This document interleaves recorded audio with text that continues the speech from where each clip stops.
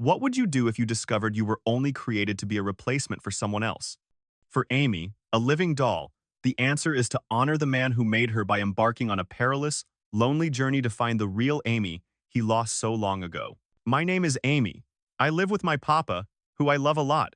I'm just a little bit of a strange girl, carefully carrying a pot of flowers. Oopsie daisy. You see, there is a secret to this brave girl.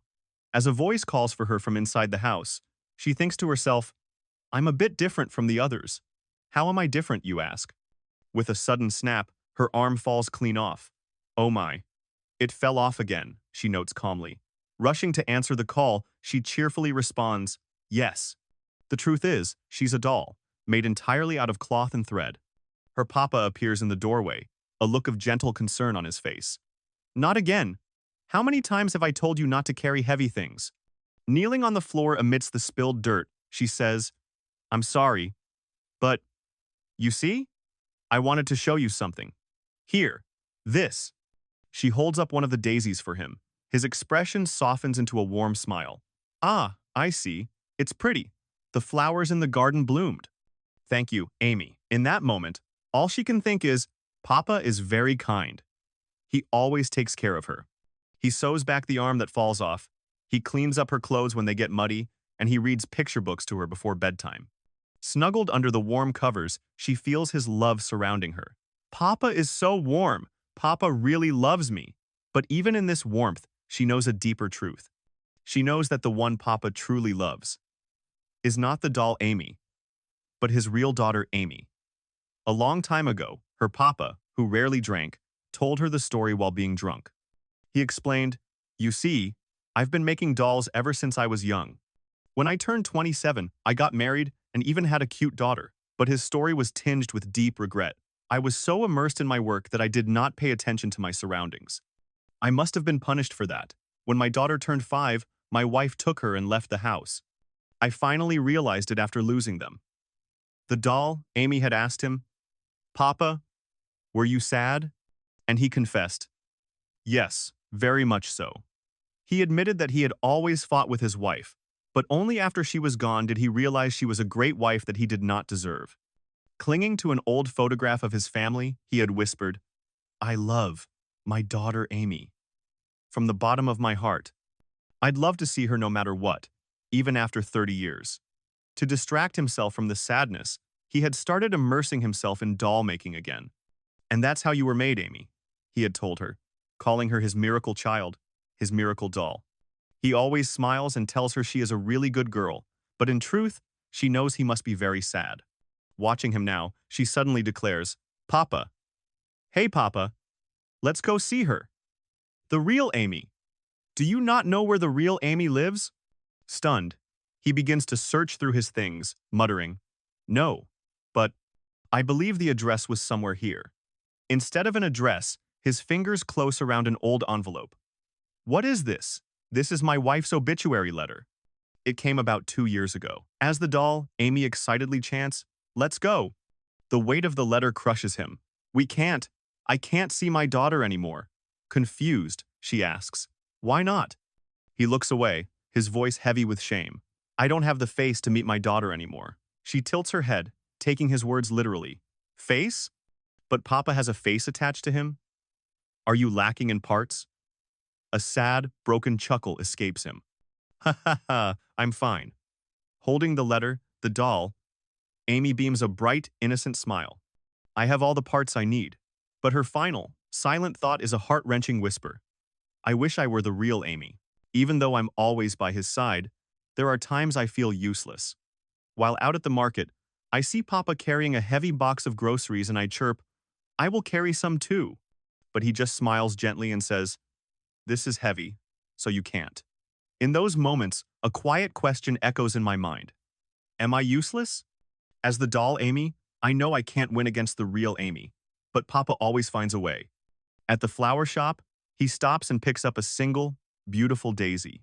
Amy, he asks, can you carry this one for me? My face lights up. Yes, I will, I declare, taking the flower proudly. The kind old woman running the shop looks at me with curiosity. Is she, by any chance, a doll?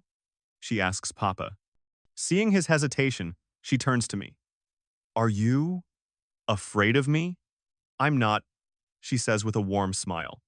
A long time ago, in this country, there were craftsmen that put so much effort into their product that a soul was embedded into it. Miss, aren't you glad you've been made by a great craftsman? Her words make my heart swell with pride. Yup, I exclaim. Papa is amazing. He always fixes me, and he's warm, like the sun. He hugs me, he's kind and strong, and his beard.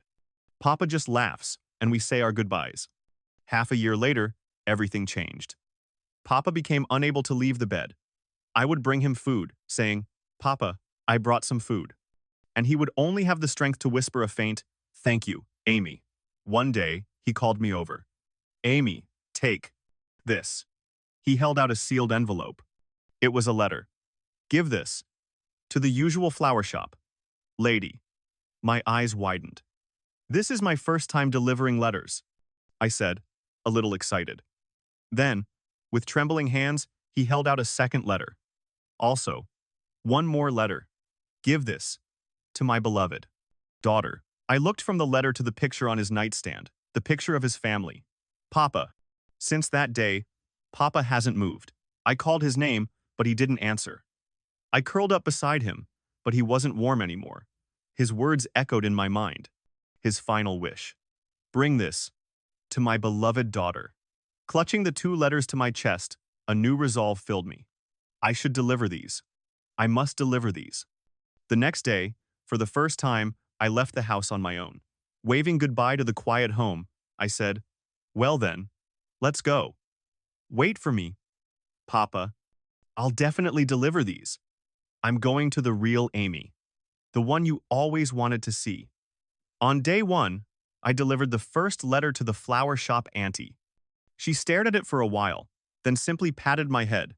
On day 3, I found I'd never been so far from home before. Wait for me, real Amy, I thought, pushing onward. On day 7, I fell in the mud and my clothes got dirty, but the letter didn't get wet. What a relief.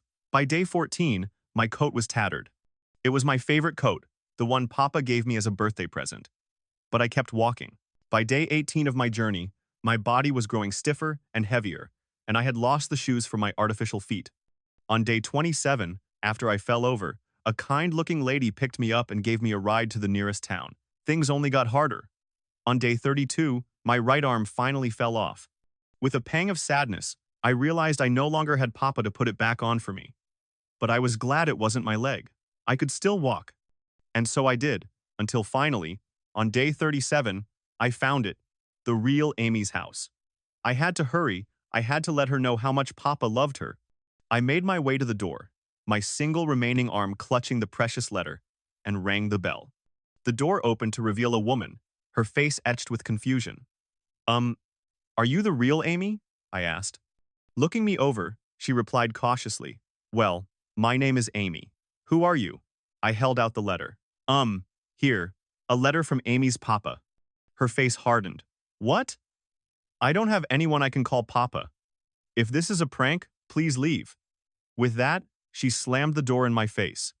But I couldn't give up. I rang the bell again and again. The door flew open, the woman shouting, so annoying. I held the letter up desperately, pleading, it's from Papa.